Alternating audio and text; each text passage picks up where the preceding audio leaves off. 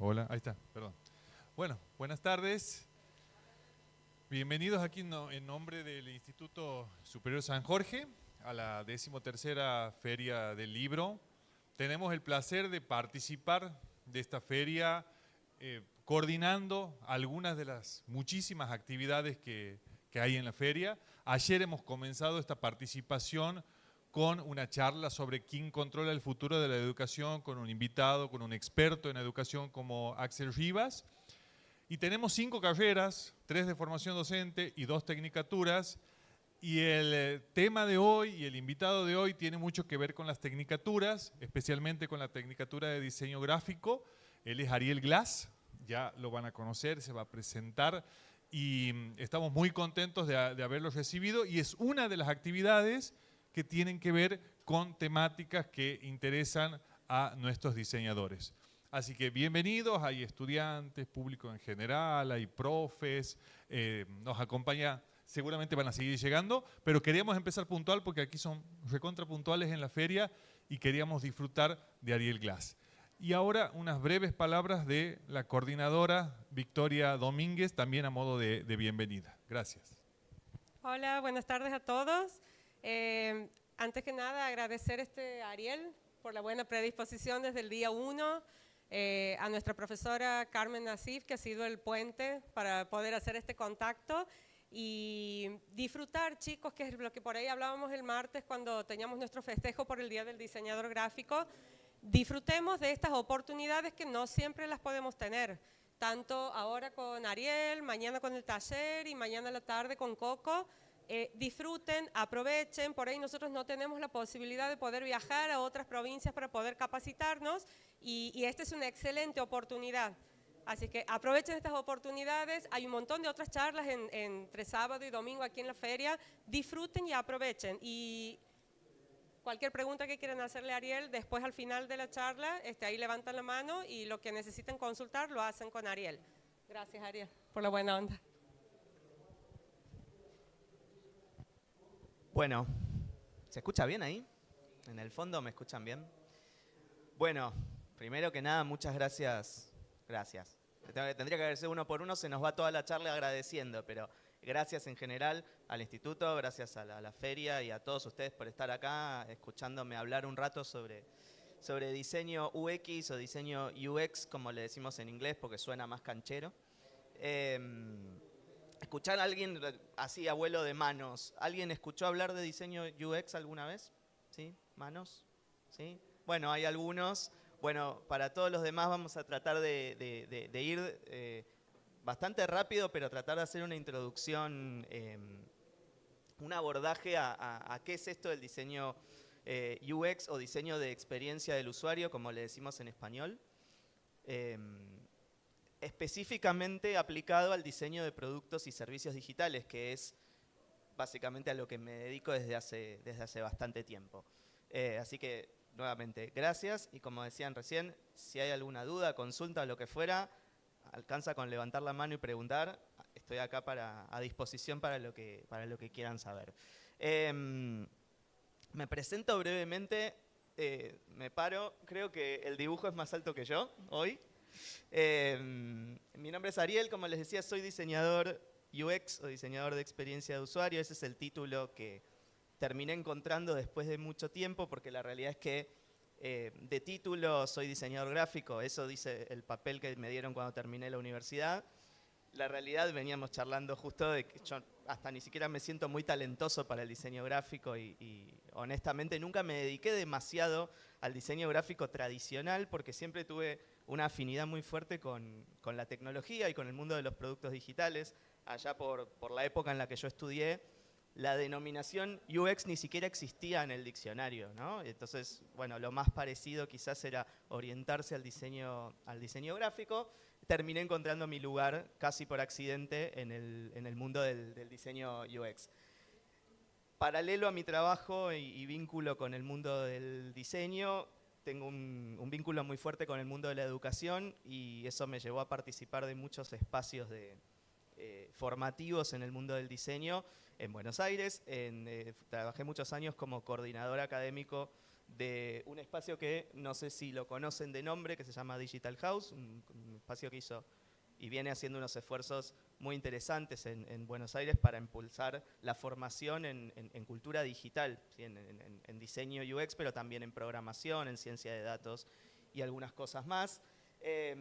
Hoy, y después de mucho empuje y con mucha suerte, logramos abrir una materia de diseño de experiencia de usuario, materia electiva en la Universidad de Buenos Aires, materia en la que estoy trabajando como jefe de trabajos prácticos hace 3 años. En paralelo, avanzando también con la materia de diseño UX o diseño de experiencia de usuario en 2 maestrías, una en la Universidad de San Andrés y otra en la Universidad Nacional de La Plata. Hace poquito empecé a trabajar también en la Universidad de Maimónides, también dictando UX. No lo pongo simplemente para que vean todos mis pergaminos, sino para que empiecen a entender o a notar que esto del diseño UX empieza a abrir espacio y empieza a cortarse camino en diferentes universidades, tecnicaturas, en diferentes carreras, va empezando a aparecer y a resonar, y eso empieza a denotar que nos volvemos cada vez más visibles y relevantes. No porque lo diga yo, sino porque hay algo en el mercado que empuja a que estos espacios existan. Les diría y me animo a decirles que quizás hace 4 años hubiese sido prácticamente imposible que yo esté acá hablándoles de este tema. Hoy se ha vuelto tan relevante y tan central en la agenda que merece la discusión. Y eso, por supuesto, a mí me pone muy contento, ¿no? Trabajo de eso y me encanta todo lo que tenga que ver con eso. Por supuesto, en paralelo sigo trabajando en el mundo del diseño de producto. Muchos, en general, los que trabajamos en el mundo de la educación, no siempre vivimos de eso. No sé si lo sabían. Si no, se los cuento. Trabajo dirigiendo el equipo de diseño de producto de una empresa estadounidense que se llama Into the Block. Es una empresa que desarrolla productos en el mundo de la criptoeconomía, que es un mundo del que no sabía prácticamente nada hasta hace un par de años, y con el tiempo me fui dando cuenta que además me gusta y me apasiona. Así que si quieren hablar de eso en algún momento también podemos hacer. No sé si va a subir el Bitcoin, no me pregunten eso, ¿sí? Pero podemos hablar de eso también. Y me estoy tapando. Dato de color que por ahí no tiene mucho que ver, pero me gusta mucho el cine, soy muy cinéfilo, no puedo concebir la vida sin ver películas, básicamente. Me gusta mucho cocinar, me gusta mucho viajar. Tengo 2 gatos y les podría contar un montón de cosas más de mi vida que no vienen al caso. Pero ahora sí, yendo al tema porque tenemos poco tiempo, yo les podría quizás, no, el título de la charla era ¿qué es el diseño UX? O una introducción al diseño UX. Yo podría darles una definición de manual y que ustedes se vayan con eso en la cabeza, pero siento que a veces la mejor manera de explicar conceptos complejos es a través de historias, a través de anécdotas. A mí me gusta mucho contar historias y anécdotas. Y la anécdota que les quería traer hoy empieza acá. No sé si conocen o identifican qué ciudad es esta. Es la ciudad de Los Ángeles. Esto es Hollywood, ¿sí? Que es una ciudad que en fotos, en postales, en las series, en las películas típicamente se ve así, como una ciudad soleada, con palmeras, glamorosa, colorida. No sé si alguno de ustedes tuvo la oportunidad de estar en la ciudad de Los Ángeles. A mí me tocó viajar ahí hace un par de años por trabajo y me desayuné con la experiencia de que Los Ángeles no es tan así. En realidad es más parecida a esto, ¿no? Los Ángeles es una ciudad que tiene zonas muy bonitas, pero es una ciudad que tiene un sistema de transporte público tremendamente deficiente. Eso hace que todas las personas se muevan en auto. Y eso colapsa las autopistas todo el tiempo. Es una masa de tránsito y de bocinazos todo el tiempo. A mí me tocó viajar a la ciudad de Los Ángeles hace algunos años, como les contaba, contratado por una empresa para trabajar con ellos durante 2 semanas en una consultoría donde los iba a acompañar para tomar una serie de decisiones en el diseño de productos. Y hasta ahí todo espectacular. Y ellos desde su idiosincrasia me dijeron en inglés, bueno, vas a venir, te vamos a alquilar una habitación en un hotel, te vamos a alquilar un auto y todos los días vas a ir y venir a nuestra empresa en auto a trabajar con nosotros. Y hasta ahí todo genial, con la salvedad de que cuando eso sucedió, yo tenía licencia de conducir hacía 2 meses. Y de repente mi problema pasó a ser otro, ¿no? De repente la consultoría dejó de ser un problema y me agarró un miedo fatal, ¿no? Como si de repente tenía que manejar en otro país con, en vez de kilómetros, millas por hora, con otra policía, otras leyes de tránsito, un auto automático que nunca había manejado, un montón de cuestiones que a mí me eran tremendamente ajenas, a mi cultura, a mi idiosincrasia, y con una salvedad más que a mí me venía contando mi hermano que viajó muchas veces a Estados Unidos, que tenía que ver con una actividad necesaria cuando manejamos, que es la actividad de cargar combustible.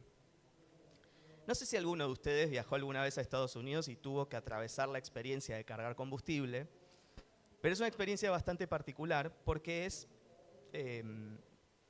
de autocarga, ¿no? Uno se carga su propio combustible, uno tiene que operar el surtidor de nafta. Yo estaba acostumbrado a que ese era un problema que se resolvía dándole la llave a otro ser humano y el auto después andaba, ¿no? Así se resolvía el problema. Bueno, finalmente viajé, manejé con mucho miedo, pero lo pude lograr, pero en algún momento hay que cargar nafta, ¿no? Después de 2 semanas se va vaciando el tanque, estuve posponiendo esto lo más que pude, ¿no? Hasta que un día dije, bueno, el auto me dijo, o me cargas nafta o te dejo acá, ¿no? En la ruta. Entonces a eso de las 2, 3 de la mañana, a propósito, para que nadie me viera cuando hiciera un desastre o prendiera fuego la estación de servicio, decidí cargar nafta, acerqué el auto a la estación de servicio, busqué una estación de servicio conocida, vi un logo que me sonaba, Exxon, dije, bueno, debe ser buena, debe ser fácil, y me dispuse a cargar nafta. Estacioné el auto con mucho cuidado al lado del surtidor, hasta que pude sacar la manguera del surtidor con un miedo, temblando lo hice todo esto. Bueno, hasta que pude abrir la tapa del tanque de nafta del auto, conecté la manguera, me enfrenté al surtidor de nafta y ahí me acordé que cuando yo firmé el contrato de alquiler del auto, me comprometí legalmente a ponerle siempre de la nafta 89, que supongo que son octanos o algo, yo no entiendo nada del tema, pero yo me acordaba que era 89. Y con eso en la cabeza, tenía que operar esa información, ponele del 89, no te vayas a equivocar. Me enfrento al surtidor de nafta y digo, ok, 89, y presiono el botón del 89, ¿no? Y no pasa nada. No carga, no arranca, no se mueve, no hace ruido, no cambian los números. Y digo, qué raro, no anda. Y entonces le doy más fuerte, porque vieron que se soluciona dándole más fuerte a veces, ¿no? Y no anda, y no arranca. Y digo, qué raro, ¿será que no hay del 89? Entonces digo, yo me tengo que ir de acá con el problema resuelto. Bueno, le pongo de la 93, que es un poco más cara, gastaré más plata, pero yo el problema lo voy a resolver igual. Y presiono el botón del 93, bien fuerte. Y no pasa nada, y no arranca. Y digo, qué raro. Y en una argentinada total, digo, más sí, yo le pongo el 87, ¿quién se va a dar cuenta? Pero yo el problema lo tengo que resolver.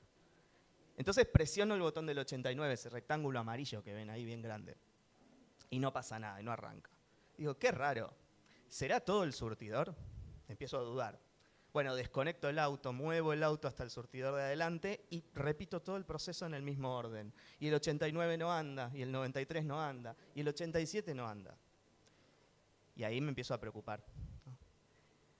Me acerco al minimercado de la estación de servicio, 2 de la mañana, despierto al pobre hombre que está durmiendo dentro del minimercado y le explico en un inglés rudimentario, le digo, mirá, me pasó todo esto y sigo sin poder cargar combustible.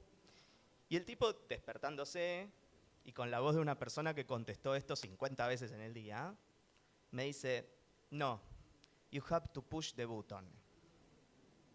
Y yo ya pushé todos los buttons y no anda, y entonces me aclara y me dice, no, the other button, ¿no? El otro botón. Bueno, le compré un chocolate porque me dio pena, volví al lado del auto que me sigue mirando como diciendo, ¿qué hacemos, macho?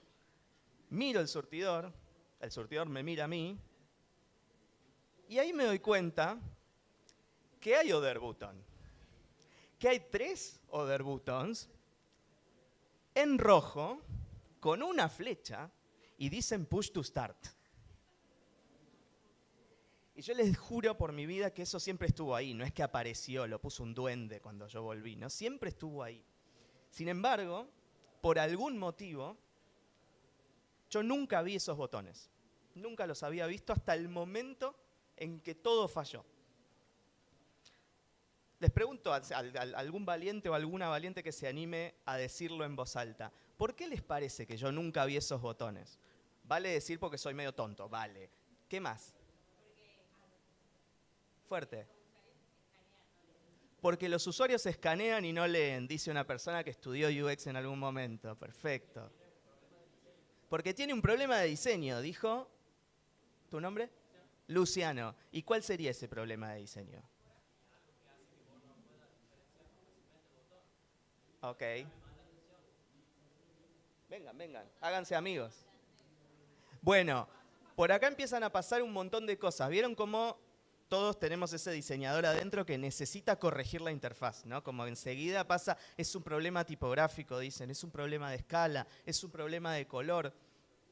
Evidentemente hay un montón de problemas en el diseño de la interfaz gráfica que no está codificando del todo bien la funcionalidad o la usabilidad de esta interfaz que se inicia presionando el botón que está en rojo. Hay un problema más grande que tiene esta interfaz, que todavía no ha salido, que es un problema que en el mundo de UX lo llamamos problema de affordance, es una palabra en francés que no tiene traducción al español, pero es básicamente un problema de codificación. Y ese problema lo que nos está diciendo es que esto no es un botón. Y ese es nuestro mayor problema de esta interfaz. Tengo 3 rectángulos gigantes que dan la apariencia morfológica de ser un botón táctil, plano pero táctil, pero no son botones, son carteles indicadores y perjudica enormemente a la usabilidad del producto. Yo me obsesioné un poco con el tema, le saqué una foto en su momento y con un poquito más de contraste descubrí algo que no había visto en su momento. No sé si llegan a ver que el botón en el centro del amarillo está más clarito y en los bordes está más negro, más oscuro. Es el registro de los dedos de todos los tontos como yo que quisieron tocar un botón que no era botón. Entonces es un problema de interfaz que daña muy fuertemente la usabilidad del producto y hace y afecta a muchas partes y muchos actores involucrados en el uso del producto, ¿no? En el diseño de interacción. Por un lado, quiero que empaticen un minuto conmigo, con el usuario, con toda esa angustia y con toda esa situación de confusión y con toda esa carga que quizás no conoce el idioma, no conoce la cultura, está solo, no sabe cómo resolver el problema. Pero quizás, no más importante, pero igual de importante, es que salten el mostrador, que se paren del otro lado, que se pongan en la piel de Exxon, de la empresa dueña del producto, y traten de imaginar cuántas personas realmente pensaron que no había combustible o que no andaba, se fueron, cargaron nafta probablemente en la estación de servicio de la competencia donde sí les anduvo y no volvieron nunca más a Exxon. Y si pueden, hagan la cuenta de cuántas personas, por cuántos surtidores, por cuántas estaciones de servicio distribuidas en todo un país provocan este error de usabilidad y cómo se traduce eso en millones de dólares que Exxon está perdiendo por un botón mal diseñado. Vaya que tiene impacto, ¿no? El diseño de experiencia y el diseño de interfaz en este caso puntual. Entonces, recogiendo ese ejemplo, que es simplemente una anécdota y que no es más, de una de las tantas situaciones que suceden constantemente cuando operamos interfaces que nos proponen un diálogo y una interacción, quiero que ahora sí podamos definir un poco más concretamente qué es o a qué llamamos diseño de experiencia del usuario o diseño UX. ¿Sí? La U es de user, la X es de experience, ¿sí? Experiencia del usuario. Brevemente, y hay millones de definiciones, a mí la que más me convence o la que me parece más concreta para que se lleve en el día de hoy es que, primero que nada, como cualquier pata del diseño, es básicamente un proceso de trabajo. ¿Sí? Necesita momentos, necesita etapas, necesita herramientas para poder atravesar ese proceso y terminar ese proceso con, en este caso, un producto, un surtidor de nafta. Enfocado, obviamente, en proyectar soluciones, que es, de alguna manera, la definición de diseño. ¿Sí? Estamos acá para dar soluciones, respuestas a problemas de las personas en la medida de lo posible, innovadoras y, por supuesto, efectivas, eficaces, eficientes. Pero como les decía, UX necesita lidiar, por un lado, con la experiencia de los usuarios finales, estas personas como yo que se enfrentan a un surtidor de nafta, o ustedes cuando operan sus dispositivos móviles, una computadora, un cajero automático, lo que fuera. Pero del otro lado, y haciendo contrapeso, están los intereses de los negocios que proponen esos productos. Esos productos existen porque hay un negocio que los empuja para que existan. Y el gran problema que tenemos los diseñadores UX es que los intereses de los usuarios no siempre están perfectamente alineados con los intereses de los negocios. Supongamos que estoy diseñando, esto no es autorreferencial, pero supongamos que estoy diseñando un producto de venta de entradas de cine online. No que me haya pasado de vuelta. ¿Qué quiere el usuario cuando se enfrenta a esa pasarela de pago? Comprar rápido, fácil y salir de ahí lo más rápido posible. Porque el usuario está alineado con estar sentado en la butaca viendo la película. No le interesa estar usando el producto. El producto es un vehículo para llegar a ese objetivo final. Del otro lado está el negocio, que como diseñador UX me va a decir, pero en el medio del proceso no le podemos ofrecer pochoclos. Y ya que estamos, ¿no le podemos ofrecer también la tarjeta de puntos de no sé qué? Y empieza a entorpecer, ¿no? Y empieza a conspirar contra los objetivos del usuario. Y como diseñador probablemente en algún momento me tenga que empezar a preguntar, ¿y a quién le hago caso? ¿Obedezco a los intereses de los usuarios para que puedan usar los productos más fácil y más rápido y más eficiente?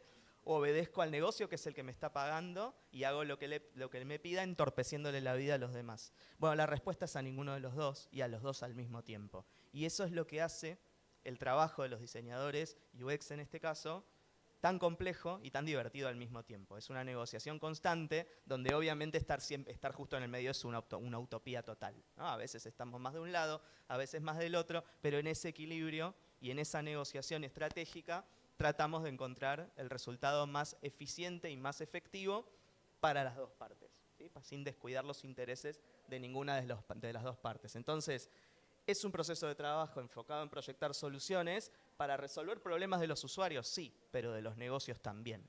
Sí. Ahora, ¿por qué hablamos de experiencia del usuario y qué entendemos como experiencia del usuario? Es fácil pensar que la experiencia es solamente aquello que sucede en el momento, en el transcurso en el cual un usuario, aquí muy lindo, muy graficado, interactúa con un producto a través de su interfaz. Es una forma muy fácil de reducir a qué llamamos experiencia. Pero a nosotros en realidad nos interesa entender la experiencia como un continuo mucho más largo que el momento en el que se produce la interacción. Porque tenemos que tener en cuenta, tenemos que investigar y entender el antes de la interacción. ¿Cómo llegó el usuario hasta el producto? ¿Qué traía en la cabeza? ¿Cuál era su cultura? ¿Cuál era su idiosincrasia? ¿Usó el producto antes? ¿Sabe cómo operarlo? ¿Tiene miedo por algo, como yo, en su momento? Por supuesto, ¿qué pasó durante la interacción? ¿Cómo lo usó? ¿Pudo o no pudo hacer las cosas como quería hacerlas? Y por supuesto, el después, una vez que el usuario se fue. Bueno, ¿cómo se fue? ¿Nos volvería a elegir? ¿Volvería a usar mi producto? ¿Qué problemas tuvo? ¿Tardó más tiempo del esperado?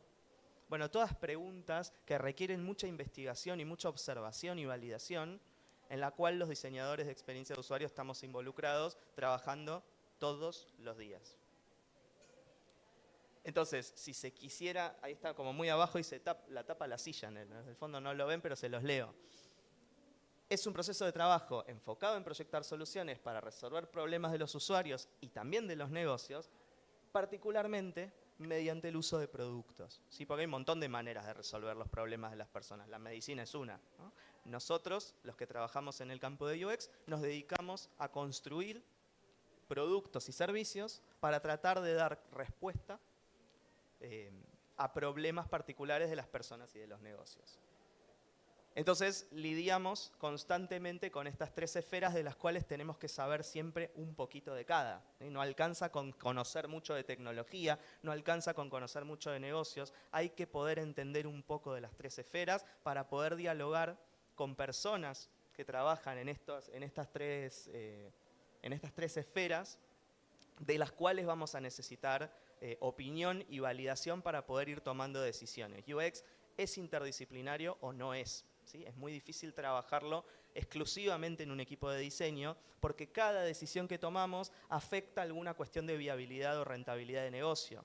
Porque cada decisión que tomamos en cuanto a lo tecnológico tiene alguna cuestión de factibilidad y necesitamos algún desarrollador, algún ingeniero que nos diga si esto que estamos pensando realmente se puede construir o no.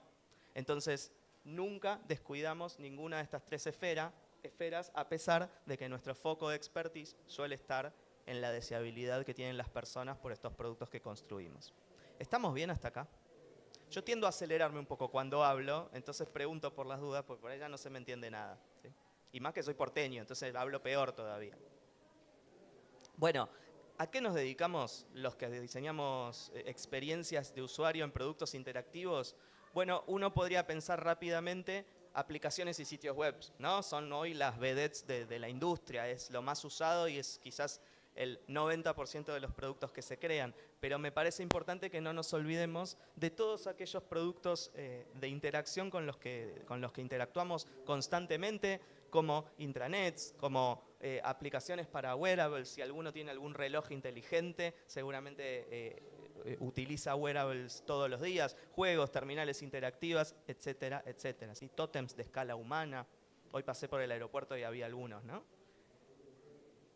Ahora, yo les decía antes de empezar que hubiese sido imposible hace 3 o 4 años que yo esté parado acá hablándoles a ustedes, hablándole a una sala llena de esto, de personas escuchando sobre esto. Y eso significa que nos hemos vuelto más relevantes, no porque lo diga yo, sino porque evidentemente hay un pulso en el mercado que hace que seamos cada vez más relevantes. Ahora, ¿por qué? Bueno, hay respuestas muy simples de imaginar, pero por ahí hay otras que son un poco más complejas y quiero que lo veamos rápidamente. La primera, y la que seguramente la mayoría de ustedes está pensando, es que el mercado se ha puesto mucho más demandante y mucho más exigente. El mercado, en tanto, los usuarios, los clientes de mercado, tienen cada vez más competencia y más posibilidad de elegir entre diferentes productos y servicios, con la facilidad de saltar de un producto al otro casi de un día para el otro, de una hora para la otra. ¿Sí? Si el servicio que tengo contratado o el producto que estoy usando no da los resultados esperables, bueno, es tan simple como darse vuelta y usar a la competencia, que probablemente ofrezca una mejor experiencia. Entonces, y apoyado en un estudio de Bain & Company de hace algunos años, súper interesante, consultaron, investigaron sobre 362 compañías multinacionales gigantes, de las más grandes que conozcan, esa que están pensando también. Dice el estudio que el 80% de las empresas consideran que entregan experiencias superiores a sus usuarios. Sin embargo, dice el mismo estudio que solo el 8% de esos usuarios considera que recibe una experiencia superior. Hay algo que falla, ¿no? En esa percepción de cómo creemos o cómo creen las empresas que están entregando las cosas versus lo que realmente creen que están recibiendo las personas. Esa brecha de percepción nos obliga a poner el foco en los usuarios y entender no qué piensan los que entregan los productos, sino qué le pasa en la cabeza a las personas que los reciben. Los consumidores son estadísticas, pero los clientes son personas, ¿sí? Las personas del siglo XXI, las personas como nosotros, hemos cambiado muchos hábitos y nos hemos vuelto mucho más apurados, mucho más inflexibles. Tenemos más opciones que nunca para cambiar lo que les decía, para saltar de un producto o un servicio a otro. Somos más exigentes, deseamos soluciones cada vez más customizadas, más individuales. No queremos sentirnos parte de una masa que recibe siempre lo mismo. Y por sobre todas las cosas, por más feo que suene, cada vez somos menos leales. Ya no existe tal cosa como el cliente cautivo. Esta persona que porque nos eligió una vez nos elige para siempre. No existe más, ¿sí? Es una especie de poligamia ahora de marcas, ¿sí? Si defraudamos la confianza en la experiencia que reciben las personas, probablemente nos cambien por otro en un chasquido de dedos. Y eso nos obliga a estar más pendientes que nunca de la experiencia del usuario, de qué estamos entregando y hasta dónde traicionamos la confianza y luego los perdemos. Ese es un motivo muy fácil de entender. Otro motivo tiene que ver con la evolución de la tecnología. Y veamos, no hace falta que se los explique, la tecnología evolucionó a velocidad galopante en los últimos 10 años, si se quiere. Estamos en un futuro inimaginado hace un par de años y eso tiene un impacto brutal tanto sobre los usuarios como sobre los negocios. Del lado de los usuarios es bastante simple. Les contaba que a mí me gusta mucho la historia y contar historias. Esta imagen data de la implementación de uno de los primeros cajeros automáticos en Latinoamérica, hace unos 50 años, 50 y pico de años. Bueno, en ese momento, como siempre, la tecnología llegaba a la vida de las personas con la promesa de mejorar, de agregar valor, ¿no? De mejorar la calidad de vida, ahora va a ser más rápido, ahora vas a interactuar mejor, y un montón de promesas maravillosas que por supuesto no se cumplían. Formaban largas filas, personas enojadas, que no entendían cómo operar la máquina, que querían volver a hablar con el cajero, que por lo menos tiene un rostro, y resulta mucho más sencillo operar de manera antigua, de manera analógica, si se quiere. Bueno, esto fue hace unos 55 años, 60 años aproximadamente. Pasó casi medio siglo y estamos más o menos igual, ¿no? Estamos parecidos. La tecnología avanzó a una velocidad tremenda, galopante, ¿no? Estas máquinas del infierno que veíamos recién, ahora, bueno, hablan, nos escuchan, son táctiles, por supuesto tienen animaciones, colores, escupen billetes, hacen de todo. Y sin embargo, en la operabilidad de esos dispositivos nos seguimos quedando afuera y las personas siguen corriendo el tren de atrás. Y si vamos hacia un futuro, ya estamos quizás en un futuro más o menos distópico respecto de esto, no me pregunto cuántos dispositivos usamos por día, cuántos dispositivos usan por día, además del dispositivo móvil con el que se están escribiendo por WhatsApp con alguien o están sacando fotos o lo que fuera. La computadora de escritorio, la computadora portátil, la tableta, el teléfono inteligente, los tótems interactivos. Y ni que hablar del Internet de las cosas, que ya es un futuro que a mí me empieza a dar miedo, ¿no? Internet en el lavarropa, ya es hay gente que ha tenido problemas con eso. Entonces, esto es un futuro que no para, ¿no? Y es una velocidad de desarrollo de la tecnología galopante, que no es manera de frenarlo, y no queremos frenarlo, nos encanta que la tecnología avance, siempre y cuando entendamos que cada vez hay un espectro más grande de personas que necesita involucrarse con estos dispositivos. Y que quizás hace 20 años o 15 años, las personas autorizadas, entre comillas, a usar estos dispositivos eran las personas que sabían de tecnología, los ingenieros. Hoy estos dispositivos los tiene que poder usar mi abuela, los tiene que poder usar mi sobrina que tiene 3 años, cualquiera, ¿sí? La pregunta es quién va a cerrar esta brecha, quién va a trabajar no en frenar la innovación tecnológica, ni tampoco en generar cursos para que la gente se capacite y aprenda y corra el tren de atrás, sino cerrar la brecha para aprovechar lo mejor de la tecnología, entendiendo los modelos mentales de las personas y generando productos que realmente agreguen valor en la vida cotidiana de las personas. Bueno, la brecha hoy por hoy entre tecnología y personas es cada vez mayor y los diseñadores UX tenemos el trabajo y la responsabilidad de cerrar esa brecha, ¿sí? Por el bien de las personas, pero también por el bien de los negocios. ¿Se entiende esto? ¿Sí? Bueno, eso del lado de los usuarios. Del lado de los negocios, les cuento otra historia, sin dar nombres. Abril de 2020, comienzo de la cuarentena. Se lo deben acordar, lo vivimos todos, encerrados, sin poder salir, sin poder hacer nuestras vidas cotidianas. Por ejemplo, interactuar con nuestras cuentas de banco. Bueno, en ese momento todavía, esto es data de uno de los bancos más grandes que tenemos en el país y en la región, sin dar nombres. Cientos de miles de personas de pronto tienen que acceder por primera vez al home banking. Personas que estaban acostumbradas a interactuar con sus cuentas yendo al banco, de repente no lo pueden hacer más y tienen que crear por primera vez su cuenta en el home banking para acceder por primera vez. Errores de validación en esos formularios del infierno que ya deben conocer, ponga la contraseña, póngala de vuelta, no, se equivocó, se bloqueó el PIN, ¿no? Todas estas cosas que sabemos que suceden. Bueno, de repente un error de validación en la construcción de esos formularios genera que a un montón de gente se le bloqueen las cuentas y no puede bloquear la cuenta porque no puede salir de la casa, entonces tiene que llamar por teléfono al centro de contacto de este banco. Bueno, solamente en el mes de abril de 2020 se produjeron 180.000 llamadas al contact center, ¿sí? Al centro de contacto para desbloquear esas contraseñas. Me contaban de ese banco que el costo promedio de cada una de esas llamadas, teniendo en cuenta la infraestructura que el banco pone a disposición para atender el teléfono, es aproximadamente de $5 por llamada. Si son rápidos en la aritmética, se darán cuenta que el costo del error de diseño es de $900.000.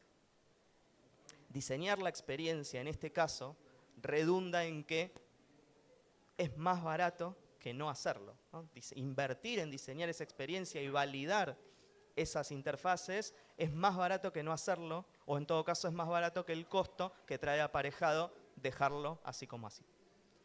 diseñar la experiencia no solo es bueno para las personas, sino que es muy buen negocio. Hasta que los negocios lo entienden, pasa un tiempo, pero una vez que se entiende, empieza a ser buen negocio y empieza a performar muy bien. Veamos algunas métricas del mundo de los negocios. 68% de los usuarios abandonan un sitio web por problemas de experiencia, por problemas de usabilidad en la mayoría de los casos, porque no entienden, no saben, no les funciona, se frustran, se van. 7 de 10 personas abandonan un sitio sin cumplir el propósito para el cual entró al sitio web. Es brutal, ¿no? Como métrica. Sin embargo, dicen los mejores estudios que el 75% de los problemas que ocasionan estos abandonos se pueden detectar si probamos las cosas al menos con 5 personas antes de lanzarlas al mercado. No parece tan complejo. Sin embargo, todavía no es la norma del mercado. Y hacia eso empujamos los diseñadores UX. 50% de los consumidores van a contar sus malas experiencias online. No hace falta que se los diga. Busquen en tus redes sociales la empresa que quieran, la mitad es una cloaca, lo saben. Y el 60% de los clientes deciden sus compras basados en experiencias pasadas. Si les dimos una buena experiencia, probablemente nos vuelvan a elegir. Si no, 60% se cruce a la competencia. ¿Ven el patrón común? Que todas las métricas que impactan sobre el negocio, al final tienen que ver con los usuarios, con los consumidores, con los clientes, con las personas que hacen uso de esa tecnología que disponemos para ellos. Entonces tenemos que volver acá. Y entonces tenemos que volver a entender este esquema de prestarle atención a lo que los negocios quieren, pero por sobre todas las cosas, entender la complejidad de cómo los usuarios piensan cuando usan lo que usan. Ahora, para diseñar experiencias hay literalmente 2 caminos, por lo menos a nivel de postura. Ante el proceso de diseño, tenemos literalmente 2 caminos. Yo no sé dónde está este parque, quién es el arquitecto que lo hizo, no lo sé, es una imagen bajada de internet. Pero probablemente haya pensado, bueno, hay que unir el punto A con el punto B. Entonces voy a diseñar este camino que va a hacer que todas las personas caminen en línea recta, lleguen al vértice, giren 90 grados ortogonales y sigan por su camino, porque el mundo es un lugar maravilloso donde todo el mundo hace lo que yo le digo que tiene que hacer. Esa es una postura, desde el mundo de la suposición y desde el mundo de lo que dicen los manuales de arquitectura, de bla, ¿no? Bueno, también está el mundo real, ¿no? También está el otro lado, que es doloroso y que nos frustra a los diseñadores y nos da bronca. Y uno lo ve y dice, ¡ah, la gente! Bueno, uno se puede quedar enojándose por siempre con la gente, o uno puede entender que quizás muchos sí fueron por el camino propuesto, pero había uno que se le hacía tarde, que perdía el colectivo, miró el césped y dijo, bueno, quizás mis objetivos son más importantes que los del césped, ¿no? Y entonces se mandó por un camino alternativo y atrás vino otro que dijo, yo también. Y atrás vinieron otros 100 que terminaron dibujando el camino que siempre debería haber sido. Lo que pasa es que es feo y no nos gusta. Quizás como alternativa, esto es una metáfora por supuesto, pero quizás como aprendizaje, la próxima vez que haya que diseñar un camino, primero tengamos que dejar que las personas caminen por donde quieren caminar, entender de eso y diseñar en consecuencia. ¿Sí? No diseñar asumiendo que tenemos la verdad sobre las cosas, sino aprender sobre cómo las personas quieren usar las cosas y luego diseñar vehículos que les faciliten la experiencia. Entonces, el mundo de las suposiciones es precioso, se ve como una cajita, todo bárbaro, todo encaja, las leyes de la Gestalt, todas estas cosas hermosas que nos enseñaron, está buenísimo. Pero la experiencia en el mundo real es bastante más amorfo y es bastante más frustrante si uno se queda con esos manuales que sacó de la academia. En el mundo real pasan cosas así, todo el tiempo. ¿Alguien me dice cómo se usa esta zapatilla? ¿No? Enchufo todo, aprieto todos los botones hasta que explota, básicamente, ¿no? Bueno, pasa. Y alguien lo hizo, lo miró y dijo, el de al lado, Cacho, ¿qué te parece? No, sí. Y lo mandaron a producir, miles y miles y miles, sin validar. Pasa. Le pasa a los mejores. Le pasó a Apple hace un tiempo. No sé si lo conocen, es el Magic Mouse, humilde los chicos de Apple, ¿no? El mouse mágico que tiene una interfaz que le podés pasar la mano por arriba y te plancha la ropa, no sé qué, hace una maravilla. Miles de personas haciendo fila en el Apple Store para ser los primeros en tener el mejor mouse de la historia. Bueno, lo compran, gastan una fortuna solamente para que 2 o 3 días después se inunden las redes de imágenes como esta, de gente diciendo, Apple, está buenísimo el mouse. pero se quedó sin batería y ahora es una tortuga patas para arriba, ¿no? Digo, ahora lo tengo que cargar y no puedo seguir trabajando porque el puerto de carga está abajo, ¿no? Y es insoportable. Bueno, le pasa a los mejores, le puede pasar a Apple.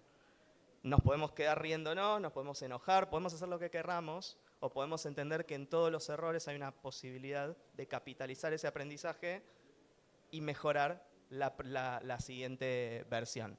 Mi error de usabilidad preferido de todos los tiempos. Alguna persona, algún santo que quiso corregir el error de usabilidad con una interfaz sonora, explicando que no se usa como vos pensás, se usa taca, taca, taca, ¿no? Está buenísimo. Pero no es más que un explícito de que cuando los usuarios se frustran y no pueden usar lo que diseñamos para ellos, no van a dudar en levantar la mano y decir, hey, así era. ¿Sí? En el lenguaje hay opciones de diseño, hay posibilidades de diseño. En algún momento a Microsoft, a Outlook, se le ocurrió que cuando surge un error, bueno, la mejor manera de decírselo al usuario es que de procedure entry point jódase, ¿no? Y las posibilidades de reacción son OK, que le falta el emoji haciendo, ¿no? OK, qué sé yo, llamo a los bomberos por las dudas, ¿no? Todo es perfectible y el software va a fallar, pero incluso en la manera en comunicar los errores hay oportunidades para seguir diseñando mejor. Adobe, un imperio del diseño, miles y millones de computadoras usando Adobe, Photoshop y toda esta suite. Tiene un mensaje de error que en un momento nos dice que el actualizador de Adobe debe actualizarse a sí mismo antes de poder buscar nuevas actualizaciones. ¿Desea actualizar el actualizador de Adobe ahora? Y las opciones son sí o salir. Y yo por las dudas salgo, ¿no? Pero fíjense, digo, alguien escribió este texto, se lo mostró al compañero y le dijo, ¿te parece que se entiende? Sí, manda. No hay validación. ¿Y después qué pasa? ¿Y cuántos millones está perdiendo Apple o cuántos conflictos está teniendo Apple por alguien que escribió un mensaje que pensó que se entendía, pero nunca se tomó la molestia siquiera de validarlo con usuarios reales? ¿Desea usted cancelar la reserva? ¿Sí o cancelar?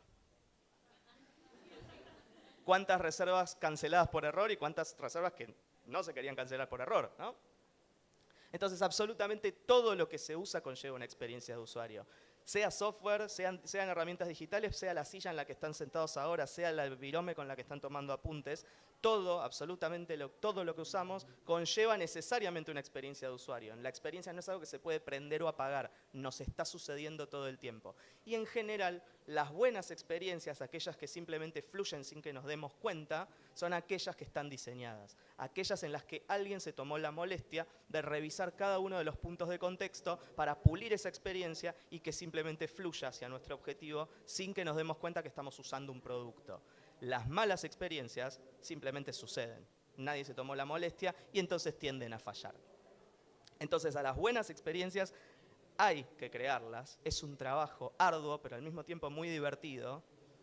Y esto es súper importante, hay que crearlas porque uno podría decir, bueno, mi producto también se hace en Brasil tiene el mismo problema. ¿Cómo lo solucionaron ellos? Copio y pego la solución y espero los mismos resultados.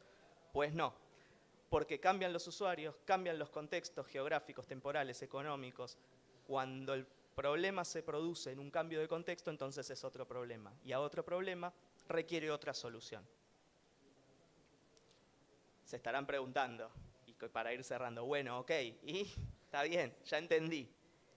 Pero ¿cómo se diseña un producto desde el enfoque de UX? ¿Cuál es ese proceso del que me venías hablando? ¿Tiene momentos, tiene herramientas, tiene etapas, tiene roles en el equipo? La respuesta a todo eso es sí. Y atado a esto viene un abordaje de diseño que seguramente han sentido nombrar alguna vez, que parece novedoso, pero en realidad no lo es tanto, que es lo que en inglés llamamos design thinking o pensamiento de diseño, aplicado al diseño de productos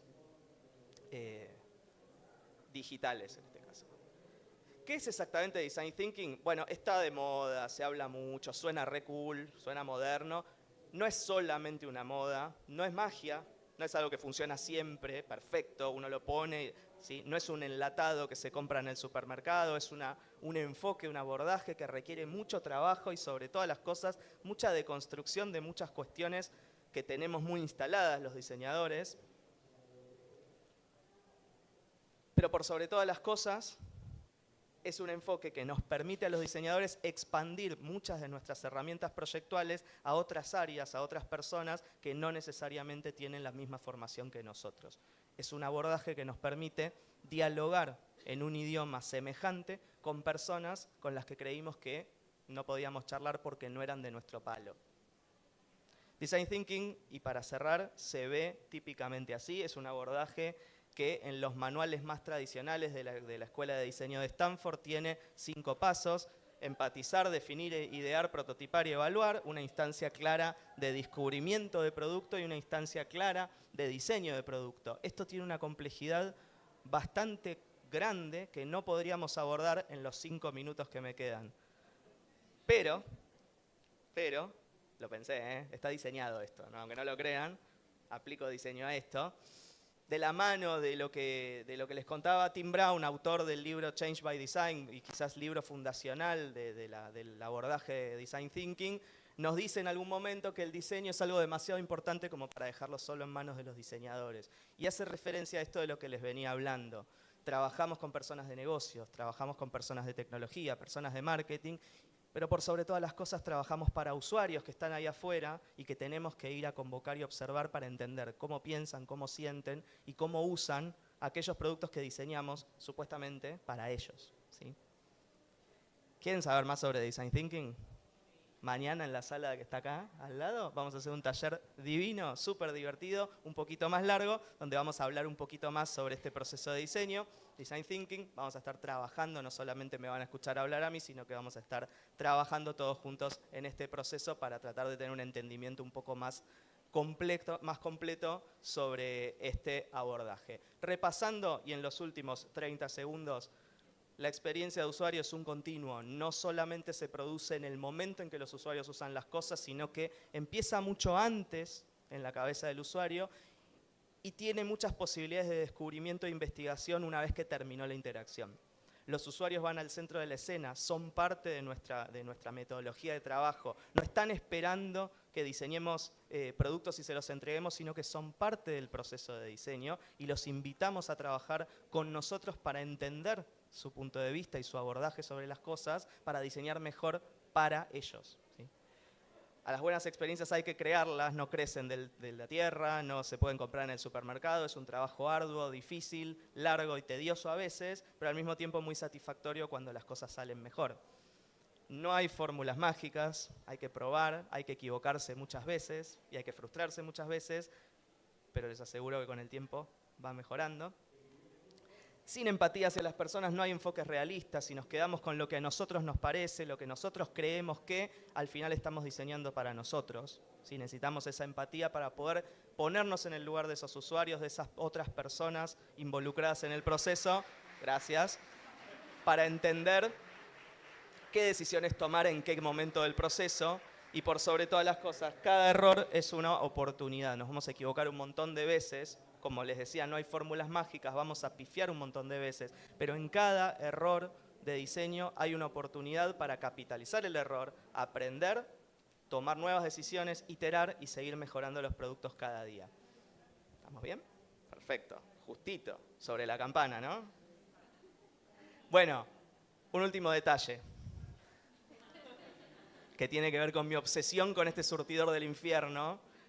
Hace un año rediseñaron, evidentemente les dio malos resultados el surtidor de nafta que me complicó la vida, y hoy se ve así, completamente distinto, tiene unos botonazos gigantes, son presionables, analógicos, se presionan hacia adentro, dicen press bien grande, tienen indicadores lumínicos.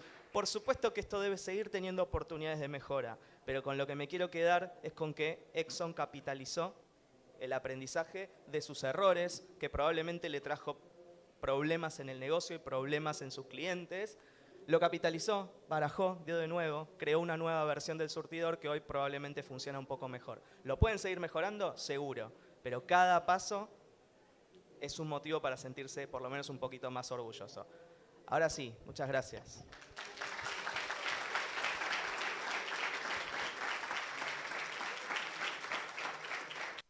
Bueno, solamente a título del que tenga ganas, les dejo ahí bien grande.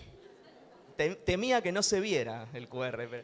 un QR, si quieren escanearlo, quieren dejar feedback, si quieren calificar algo, quieren dejarme algún comentario, algún aprendizaje, algún insulto, lo que quieran decir es completamente anónimo, así que, y los voy a leer todos, así que si quieren comentar algo, si quieren decir algo acerca de esta charla, ahí tienen un formulario donde pueden opinar.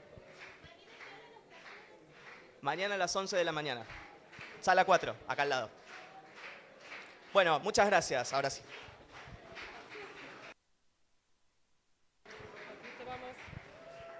Adelante. Él nos va a decir la experiencia del usuario después de alfajores termeños, nueces confitadas. Después nos cuentas tu experiencia de usuario con estos dulces santiagueños y el diploma. Gracias, Ariel.